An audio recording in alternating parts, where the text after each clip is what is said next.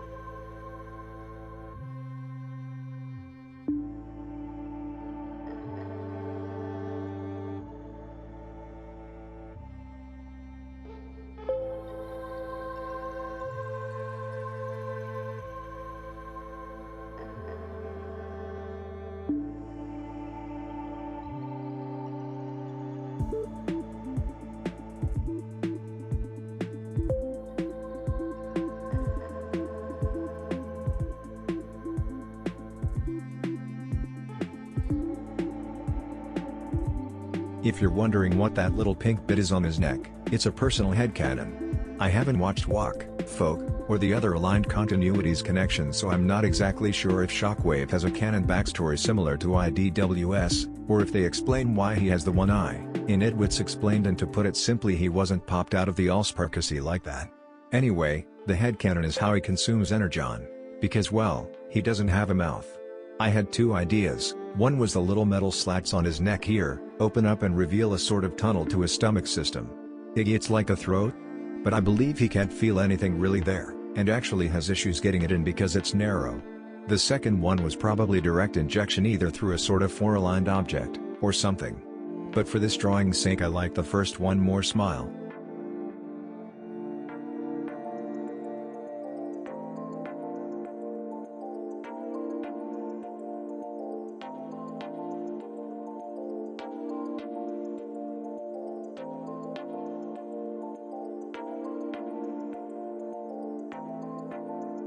The background was really fun to do. TBH, I don't do detailed backgrounds usually, because I am unexperienced with them, but it looked weird with just a blank background. It's pretty difficult to tell where he is, but I could see this as either the private quarters of the lab on Cybertron, Season 2 Out of the Past, or on the Nemesis doing some research late at nights. I also have OCS and inserts, and my own story going for my OC that involves him and Soundwave. I could see him in there as well, but I won't rant about that too much, for another video. And here's the finished product. It came out exactly how I expected and I loved it. It also took me so long cause this video will come out probably a month or more after I had already finished the drawing due to shit that went down. Sorry if the commentary was a little dry and stuff. I know just listening to people talking can get a little boring. This is the end of the video. Here are my socials. Thank you so much for watching if you did, and I'll see you next time.